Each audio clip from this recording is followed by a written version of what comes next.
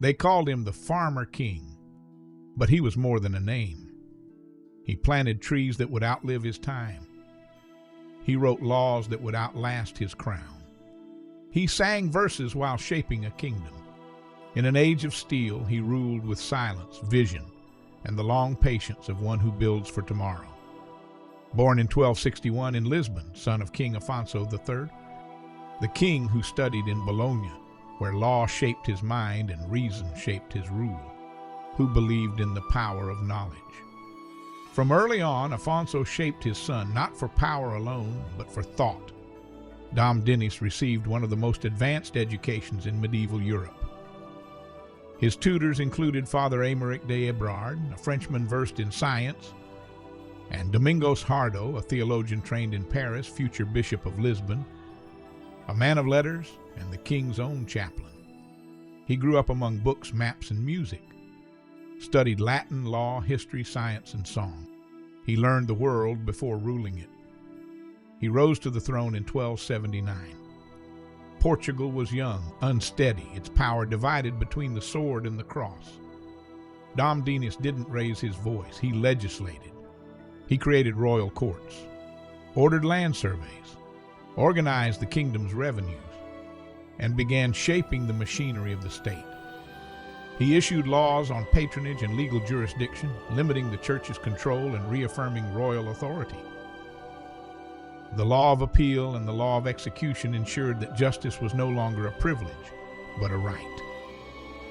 He revoked abusive land donations, and in 1288 decreed that anyone who found a game bird must announce it publicly, because even nature had its place in his legal code.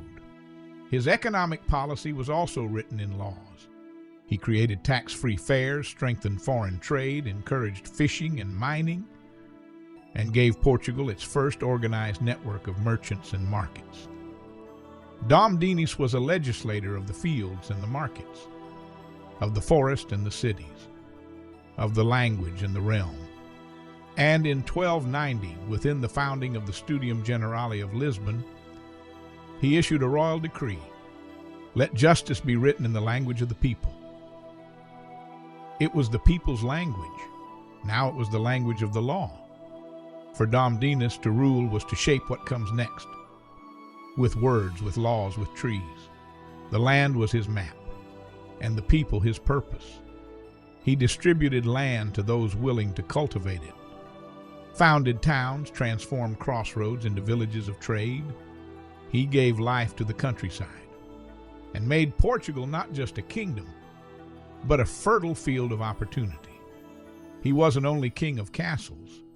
He was king of roads, of mills, of flocks, and of bread. And as one who plants doesn't think only of today, he ordered the creation of the Leiria pine forest. An entire forest, not out of vanity, but out of vision.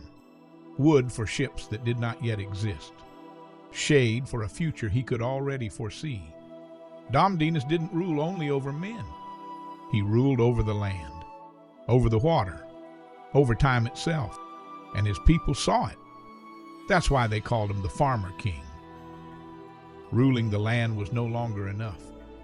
It was time to define how far that land would go and prepare the kingdom to face the sea. To Dom Dinis, a king who left the map unfinished had failed his kingdom. He knew peace could also be a weapon of power. For years, the border between Portugal and Castile was drawn with unrest. But in 1297, the king signed the Treaty of Alcañices. For the first time, the kingdom had clear and recognized borders, and Portugal, thus outlined, gained shape and strength. It was the end of war and the beginning of a time to build. But Dom Dinis looked beyond. While Europe bled over land, he turned his eyes to the ocean. In 1312, he gave Portugal its first true navy, not for war, but for vision. Not a makeshift fleet, but a permanent, professional force, trained and ready. He invited the Genoese Manuel Pisana to serve as the first admiral, and gave him not just ships, but the mission to protect the future. Before the discoveries, before the empire, There was a king who raised sails toward a sea yet to be dreamed, because the sea was still a mystery. But to Dom Dinis, every mystery was land waiting to be unveiled. But while the sea opened like a promise in Europe, a shadow was rising. The Knights Templar, a brotherhood of warrior monks who for centuries had protected the realm, were now hunted by those who once praised them. King Philip IV of France, ambitious and in debt, pressed Pope Clement V to destroy the Templars, and in 1312 the bull Vox in Excelso declared their dissolution. Across Europe, the Knights of the Red Cross were hunted and silenced, but in Portugal their memory lived on.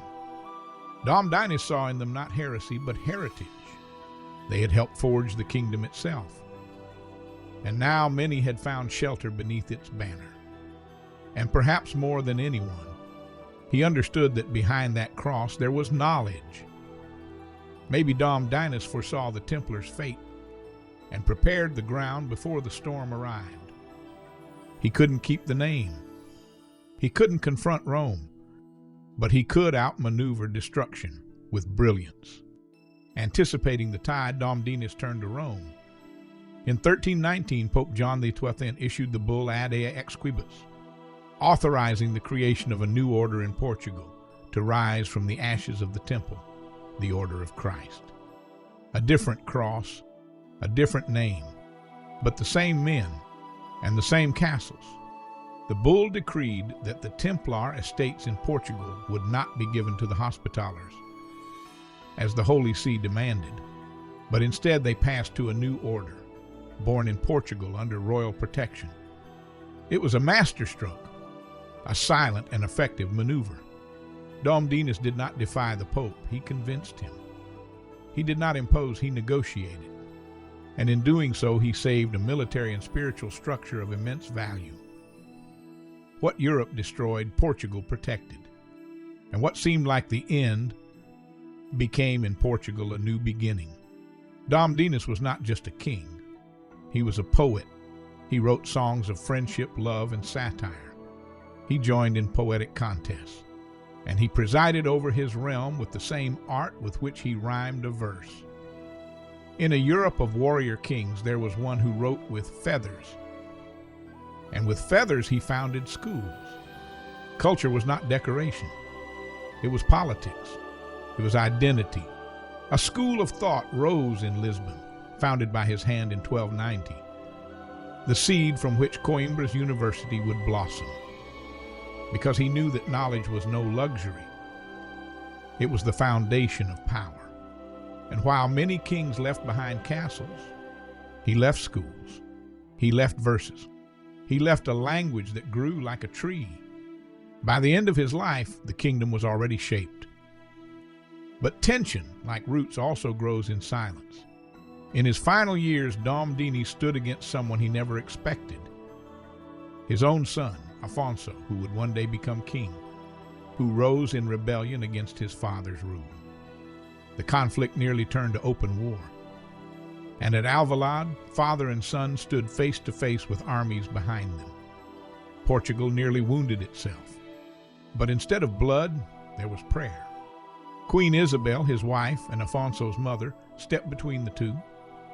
She was a woman of peace. Legend says she came on a white mule, as if sent by providence. She knelt between the armies and united a kingdom with a gesture stronger than 1,000 swords. She saved Portugal from itself. It was 1325. On January 7th, Dom Dinis closed his eyes for the last time. He was 63 years old. He had reigned for 46. He did not die on a battlefield, but left behind an entire nation as his monument. He left behind a kingdom with borders drawn and a language of its own, with written laws, with schools, with a fledgling navy, and a cross that would endure through time. He left behind the Laria pine forest and the idea that the future begins with a seed, and a people who, even without seeing him in the squares, would still live in the country he had planted. Dom Dinis was not the end of a reign. He was the seed of a nation, and the shadow of his tree still falls over Portugal.